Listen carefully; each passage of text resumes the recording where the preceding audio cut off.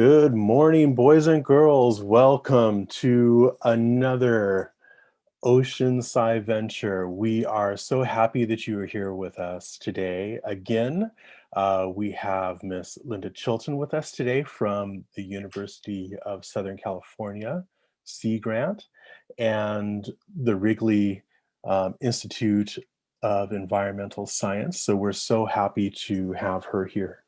And today we're going to be diving in once again to the kelp forest. So let's get ready for that. Ready? Ready? Here we go. Kelp forest. So so happy to be able to dive into the kelp forest with you once again. To begin with, we have a couple of quick questions before we jump in. One of them is about chalta trees. You know, Miss Chilton, the students are learning about chalta trees, and one question from San Miguel is, why did chalta trees grow fruit? And well, there are many trees that grow fruit. Do you like apples? Do you like cherries? There are lots of trees. Those two fruits grow on trees. Lots of trees grow fruits. That's one of the ways that trees reproduce.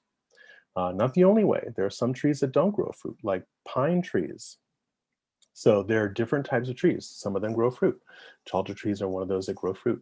So thank you all for thinking about that. And another question before we start. Kelp, how do they eat? Can you share with us? It's a really good question. And like plants, kelp doesn't eat. What it does is it makes its own food. Wouldn't it be cool if we could make our own food? We don't, animals don't, but kelp does.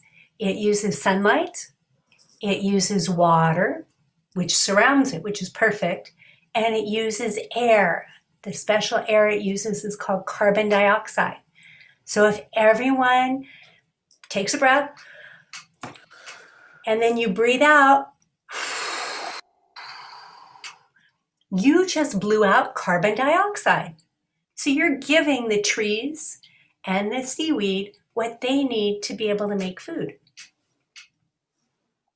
Well, thank you so much. And with that, Miss Chilton, we are ready to begin. Wonderful. And I am so happy to be back and get a chance to spend some time with all of you. Today, we're going to look a little bit more at how animals help seaweed grow. And it's kind of a question that came up a lot last week as we were looking. So if we go back real quickly to last week, we looked at all different kinds of seaweed. And seaweed are the plant-like organisms that grow in the ocean or in freshwater, and they use sunlight, carbon dioxide, and air to make food and to grow. They're all different colors and shapes.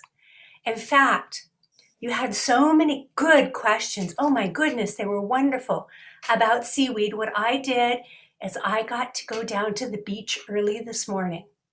And when I went down, I thought maybe if I was lucky, seaweed would be washed up on the beach so I could bring some to show you. And I have some right here with me today. Some of the seaweed, like the giant kelp, has floats, like we talked about, that float up to the surface. And these floats are filled with a gas that the seaweed makes itself as it's doing photosynthesis and it's living. So this is the giant kelp, just part of it. Other kinds of seaweed that I found on the beach are sea palms, like we see in this picture right here. Sea palms have long blades, so you can see some here behind this fish, and they have a thick stipe or stem. Let me move this so you can see it, I hope. And a holdfast. Their holdfast is very tiny, but very strong to hold it on to the rocks. I also brought one of my favorite seaweeds. It's called Plucamium, and it's very lacy. So I love to see it when I'm out snorkeling, and when I find it on the beach, sometimes I'll dry it and use it to make a card. So it's my decoration. And last, some of you asked about grasses in the ocean, because there are a few plants that live in the ocean, like surf grass. Doesn't it look like really, really long grass, like someone didn't cut their lawn? They have roots just like plants on land, and they make flowers just like plants on land. But unlike cherry trees, which might be my favorite, and other trees that make fruit, seagrasses don't grow fruit. So those are a few of the examples of the seaweed I found on the ocean today, and I want to wipe off my fingers. Seaweed has slimy covering that helps protect it. So if I get one of these blades right here, you can see not only does it have ridges to help it stay stronger and floats to help it float, but it also has a little bit of slime for protection. These rough edges help support it too. So when you go to the beach, take time to look at the seaweed that you find washed up on the beach or on the shore. And we talked about what it needs to grow. The seaweed, the growing tip, it grows from the top, and each little part of blade comes out from that top. Each one has a float, and as it gets bigger, it just puts more air in that float to help it go up to the surface to get sunlight. And some of you wanted to know, well, what do the babies look like? I had to get a picture for you that was from under a microscope because it's so tiny, we can't see the babies with our eyes. This is what a tiny baby giant kelp looks like when it first attaches to a rock. And these little tiny openings that you see, these are the cells that make it up, and the air goes from the water into the cell and back out. The carbon dioxide goes from the water into that cell and back out, and oxygen comes out when it makes its food. So it's pretty cool to look at. Seaweed does need cold moving water, which is why when we dive in, that water's a little cold. It has lots of oxygen. And when we splash in the water, we put more oxygen there. That cold water also brings vitamins and minerals to help the seaweed give it extra things it needs to grow. And it definitely needs a rock or a hard place to hold on. We're going to talk more about that today, and bright sunlight that's coming down from the sun.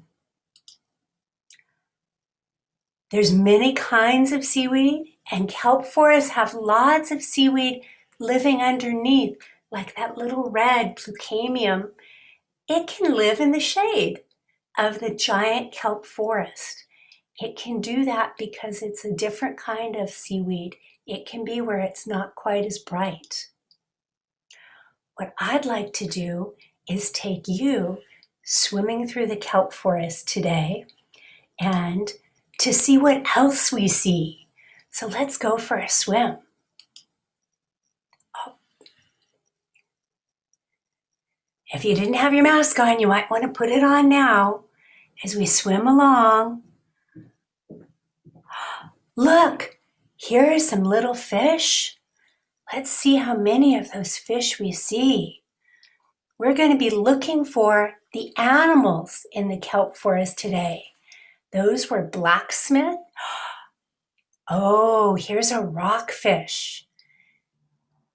And if you notice, when I say fish, they have an oval shape and they have fins that help them move through the water.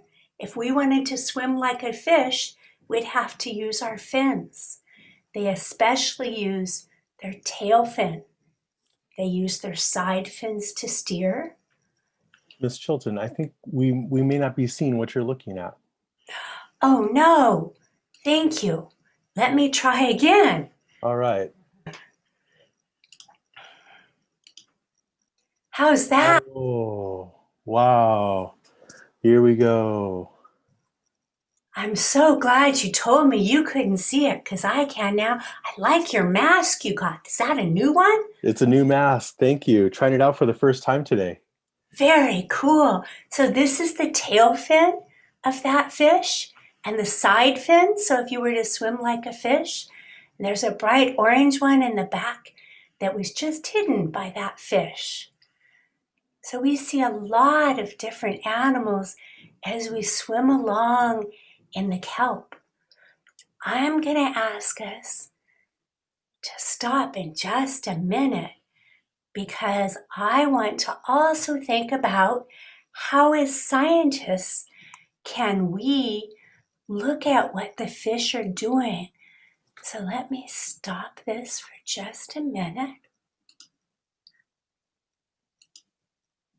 Okay, and let's look back at what we were looking at before. Let's see. There we go.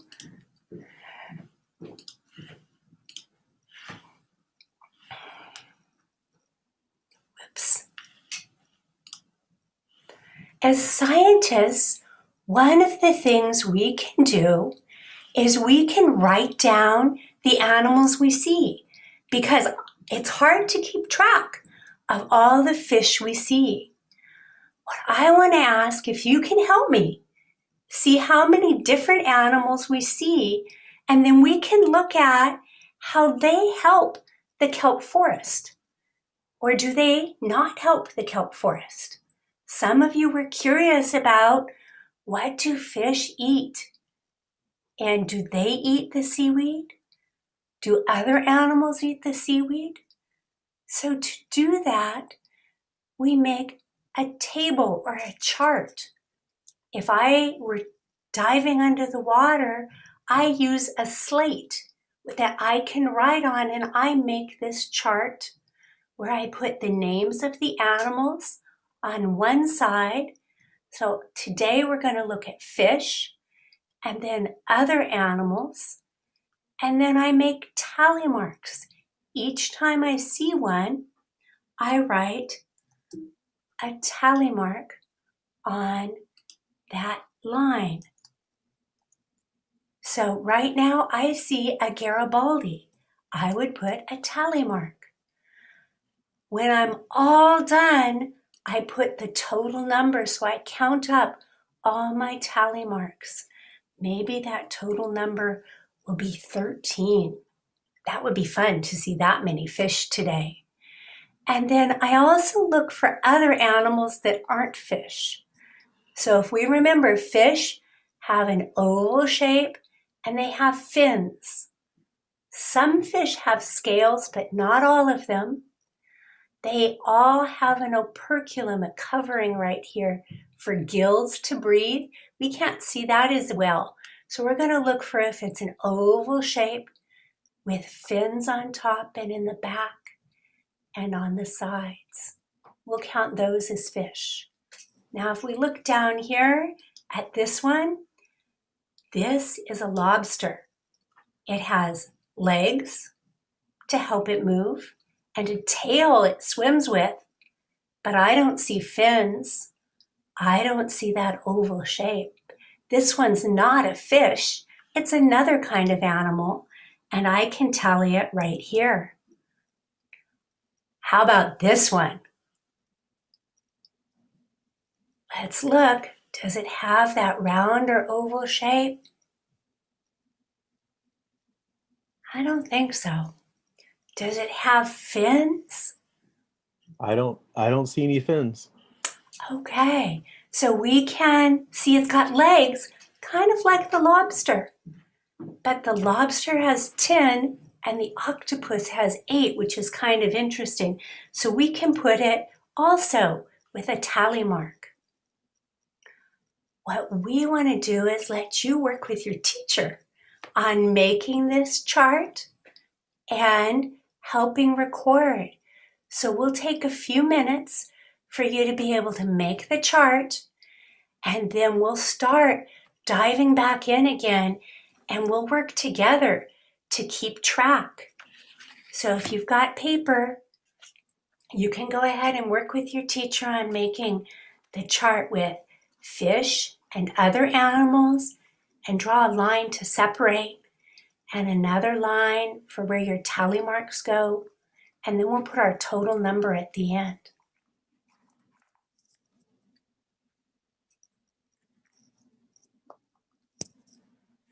I've got my paper. Oh, good. Did you get a chance to write down your chart yet? Oh, I'm writing that right now. Oh, good. I am too. So fish, and then other animals.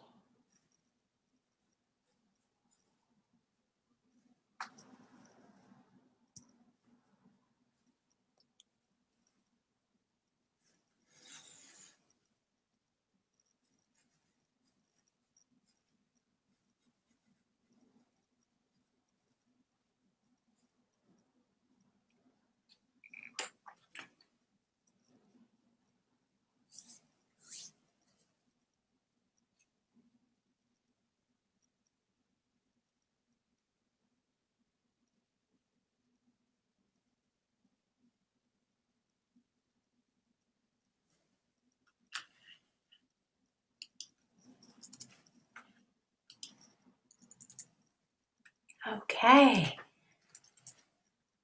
Are we all ready? I'm ready. I've got my paper, and I've got my tally with the fish and with the other animals. I am ready to go. Fantastic. Let's go ahead back on into that kelp forest.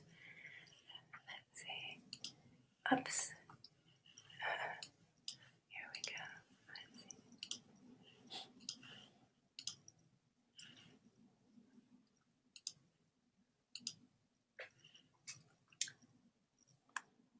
I see a fish. I can put that one tally down and I can watch it move with its fins. Oh, and in the back there, there's an orange one. I can tally that.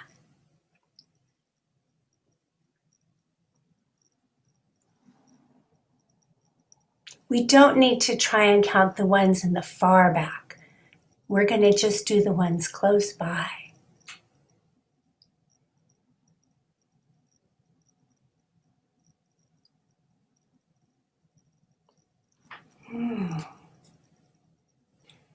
This is called a kelp fish because it looks so much like the blade of kelp, and it always is found in the kelp forest.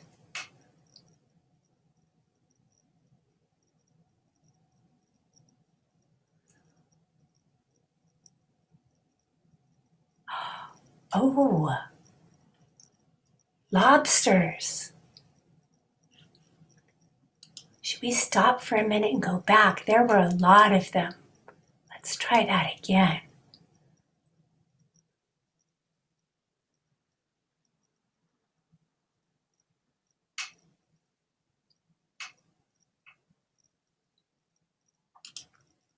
How many do you count?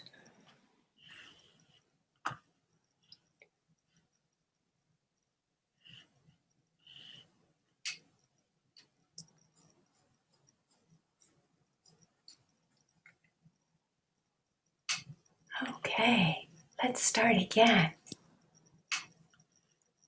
Can see how they move?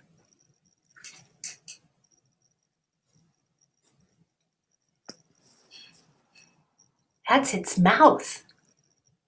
Those are its teeth. And its tail?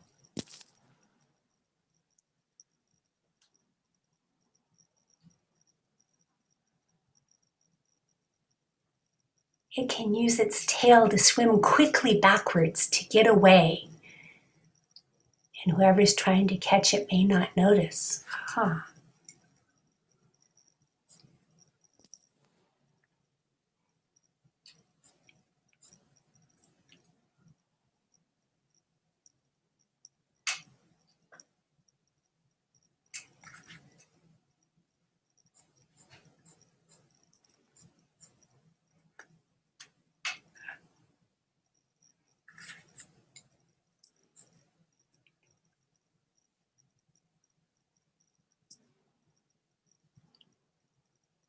I think these are some of the same ones we were seeing before. The diver went back to look at them again. Ooh, interesting. I see. Notice the holes and the ruffly edges. That looks like a rock. Is that a rock? It looks a lot like a rock. Let's go back for a minute. Notice these holes and these ruffly edges. That lets us know this is an abalone. So it's an animal that looks like a rock. Wow. Maybe in a minute you'll have a chance to talk about why do you think an animal would look like a rock?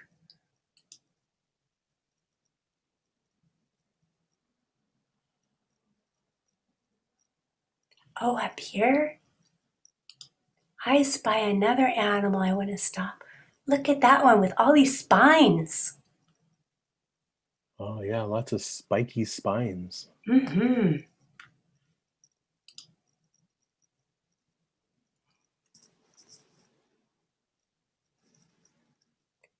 And even though it may not look like it, we're seeing another fish. This one's called a moray eel, and it's opening its mouth to get more water so it can be able to breathe the air out of the water. Next to it is a lobster. And that lobster is helping protect, or helping get protected by the moray eel. We're going to stop there and let you go look with your class and talk with your teacher. You don't need to record more animals, but I'll keep this playing in the background while you're talking, if that would be good. Are they going to count up all their animals? Are they at the tally time? Now Are they give a total? work out your total. So we'll take a few minutes. You can total your animals and let us know if you have any questions.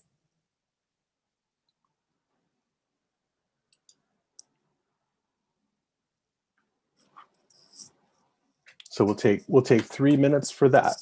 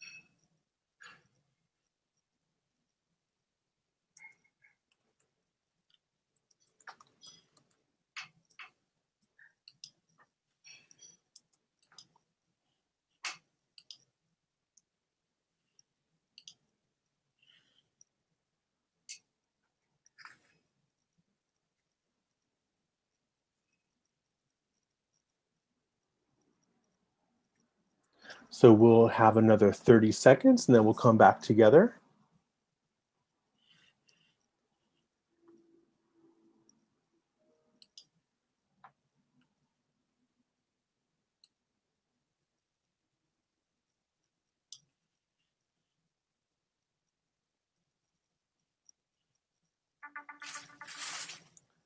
All right. So finishing what you're doing and we'll come on back together.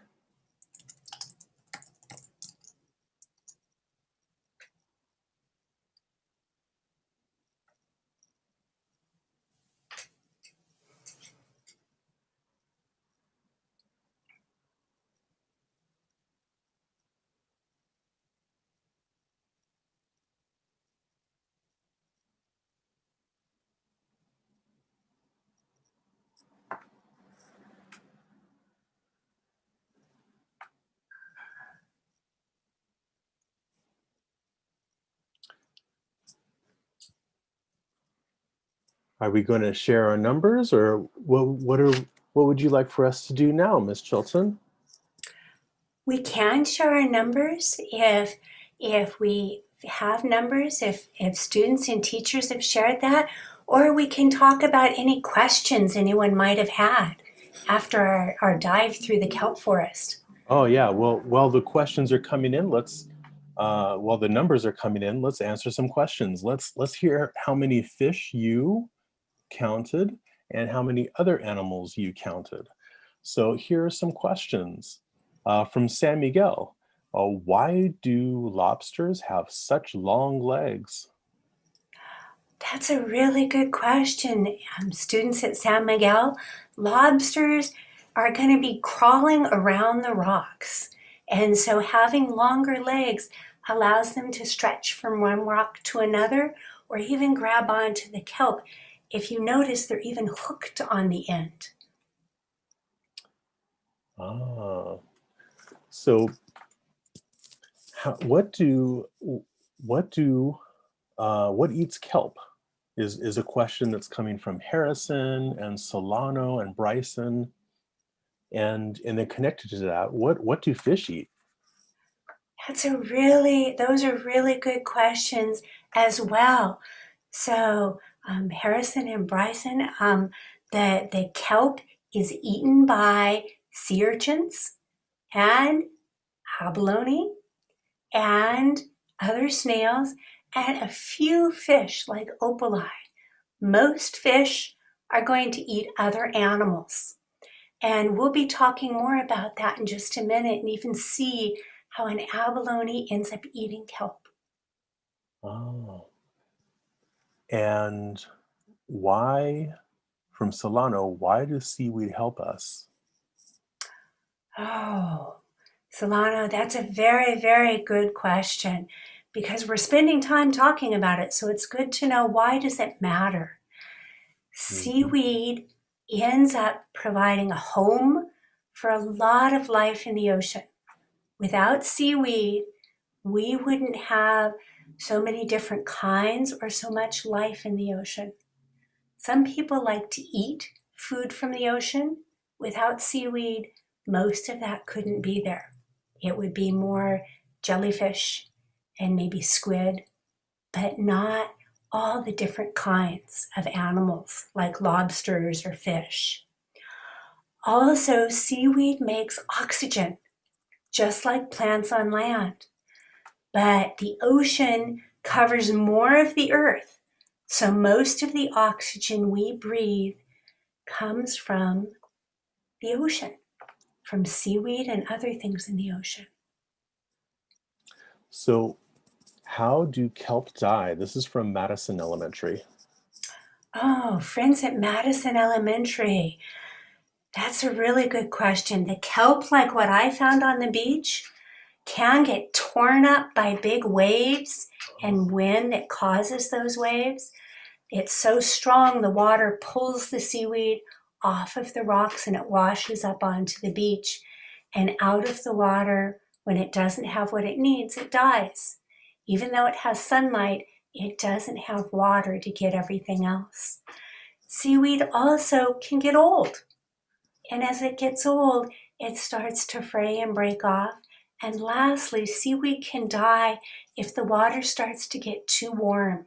So if the conditions change where it's living. And that helps to answer a question that came in from, actually same question came in from Ann Street Elementary, City Terrace, Griffin, and 4th Street, which is, how does the seaweed get onto the shore? So you answered that question for us. Thank you very much. Oh, good question.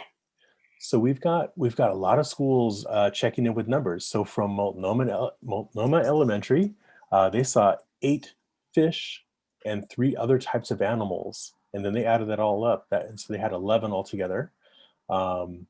At Bryson Elementary, they counted 13 other animals and 10 fish.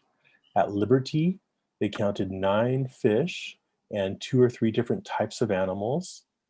At Solano, they counted a total of 19, and some got 21. At Evergreen, 36 fish.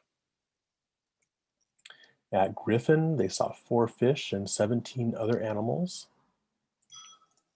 And at San Miguel, they counted 4 fish and 11 other animals. Thank you so much, boys and girls, for all those counts. Thank you. And you know what we do as scientists is we will maybe add those together and then divide how many to get an average. But we won't do that today because we don't have time and we have more things to see. We already talked about what animals we saw. So let's keep going on our adventure today. Some of you saw that sea urchin. And sea urchins are spiny animals. They are able to move their spines. If you can stand up for a minute and be a sea urchin with me, what you would do is use your spines. You could stick them out and you can move them. They're kind of stiff, but they all move around. They also have 2 feet, and those 2 feet stick out. They're filled with water, and they suck on and more 2 feet, and that pulls them along. So that's how sea urchins move. Their mouth is on the bottom, and their mouth has 5 teeth. They take bites with their teeth to be able to eat seaweed that breaks off and washes to where they are. Sea hares, the one in the middle here, ends up using its foot to glide along. So you can try gliding on your foot. Don't lift your feet off the ground. They glide along and they use a slime to hold on. They use their mouth to take bites of the seaweed. Abalone over here is the one that we saw a little bit. It lifts up its foot and it pulls the seaweed underneath and it eats and eats and eats and eats and eats. So all of these, you eat seaweed, but they also help seaweed. Now you might be asking, how can they help seaweed? Well, what they do is they help by eating other algae on the rock. So here is some bare rock where the algae got eaten off by the sea urchins, by the snails, right here. And as they eat the algae, there's now a place for babies to land. So when animals scrape the algae off the rock, baby seaweed have a place or a habitat, a place to make home. So did you call the abalone snails? I did. Oh, so they're a type of snail. Abalone are a type of snail. They have a hard shell and a soft body. Mm. And they make that shell. So they're a kind of snail. Wow. And they go along and they munch, they graze on the rocks, they graze on the algae that grows on the rocks, and they clear spaces just like the urchins do. And the baby kelp can then attach to the rocks. Yes. And last time I think we drew a picture with the steadfast, is that right? The holdfast. The holdfast grabs onto the rock, Mm-hmm. and then the kelp can grow up from there. It can. And all the blades come up. Yes. So here is a perfect place for some baby kelp when it's ready to settle out. Ah, I want to show you a little bit more up close about abalone, if I may. Let's see. Oops. Here we go. Okay.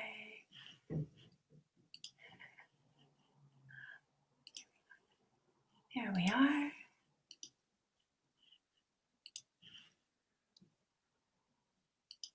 The name abalone is used to refer to about 56 species of marine snails that primarily inhabit cold coastal waters. Their flattened, spiral shells protect them from predators, and their muscular foot allows them to attach to hard surfaces. Their shells are often encrusted with small clams. Their muscular foot also allows them to move across surfaces. Their shell has a row of holes used to breathe, reproduce, and remove waste. The holes assist with breathing by allowing water to flow out after it passes through the abalone's gill chamber. Abalone use their radula to feed on different types of algae, especially kelp that drifts by. They help keep kelp forest in good condition. That was a lot of information, wasn't it? yes, that So was very interesting and a lot. let's go back and look at it. So, like snails, they've got a foot that has a super good muscle. Hmm. And your muscles are probably strong, but I'm not sure our muscles can do the same thing an abalone can. It can use its foot to hold on and go up a wall, or it can glide along a rock.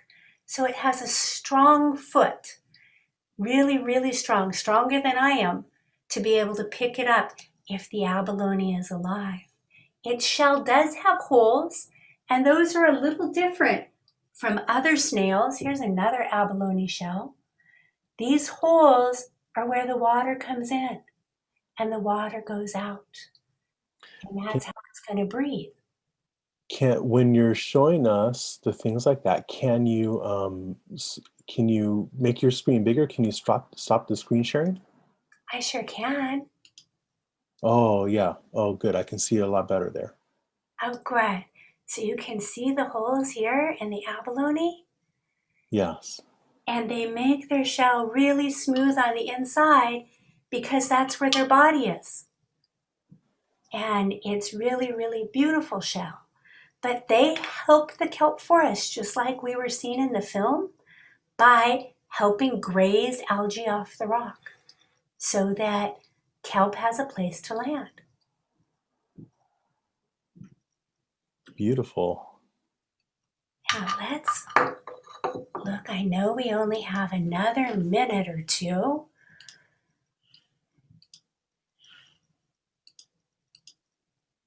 If there's too many urchins, like you see here, they start not just eating the other algae, but they start eating the kelp forest. That can be a real problem. So this is where other animals come in. They come to the rescue. Otherwise, we would just see areas with flattened algae and no big forests. So the animals that help here include the lobster, the sheephead, and occasionally, not very often, but occasionally sea otters. Oh. Now, sea otters used to live here, lots and lots of them, but they were hunted for their fur. Now we only see a few, and they're starting to come back. I'm hoping when you're my age, you'll see lots of them. We do see sheephead, and they end up eating those urchins. They just go crunch, and they eat them. So they help keep the population balanced, or they make sure there's not too many urchins to eat all the kelp forest. The sheephead need the kelp forest for a place to live, and so do the lobsters. So this way, these animals help the kelp. So we're going to skip those because of our time.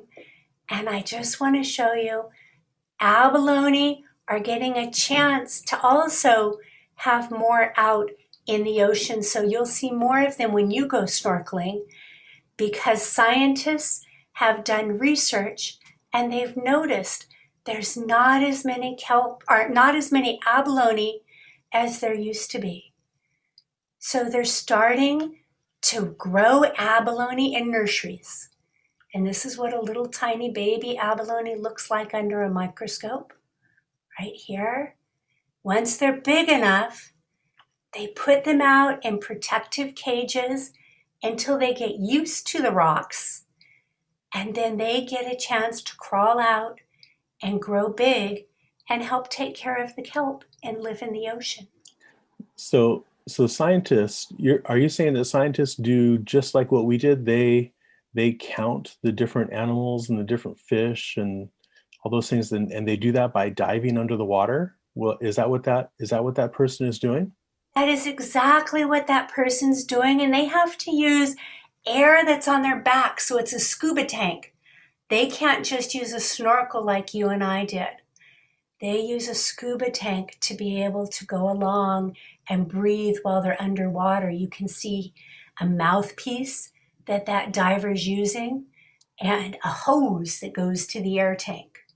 And they go along and they count each abalone, and then they know how many are there, and if there's too few, that ends up being a place maybe to put new abalone. And you do that too, don't you? I do. I love Wow. and counting the animals that are there and trying to figure out how we can fix some of the problems that got caused a long time ago to help our ocean be healthy. Amazing. Now, I think time went by way faster than I thought it was going to. I'm so sorry. I wish I had more time with you. I do want to leave you all with a song, but it's also a poem about a place I'd love to see you all under the sea, in an octopus's garden, in the shade. Do you know, he'd let us in because he's nowheres where we've been. And I'd like to go under the sea in an octopus's garden in the shade, and in the shade of the kelp forest. So I hope I get a chance to see all of you there as you study and learn more about the ocean. Wow. Thank you. Thank you so much, Miss Chilton, for leading us on this trip today, for taking us on a dive into the beautiful kelp forests that exist off of the coast here in Southern California. We sure did learn a lot. We learned about all the different animals and the different plants that live in a kelp forest, and how they connect with each other. We saw who eats who, and what eats what, and how different things get the energy that they need in order to survive. I think it's kind of cool to think about. In nature, everything connects. And when we understand what that relationship is, then we can figure out when things aren't going right. And that's what scientists do. Thank you so much once again. And today, boys and girls, we had a wonderful field trip provided by Miss Linda Chilton from the University of Southern California Sea Grant and Wrigley Institute of Environmental Science. And the guiding question for today, you're going to take this back to talk about with your teacher and with your classmates, is what do animals in a kelp forest have in common? So once again, thank you so much for joining us on this trip, and we look forward to seeing you next time, sometime in the future. Look forward to seeing out snorkeling in the water. Bye-bye, friends. Bye.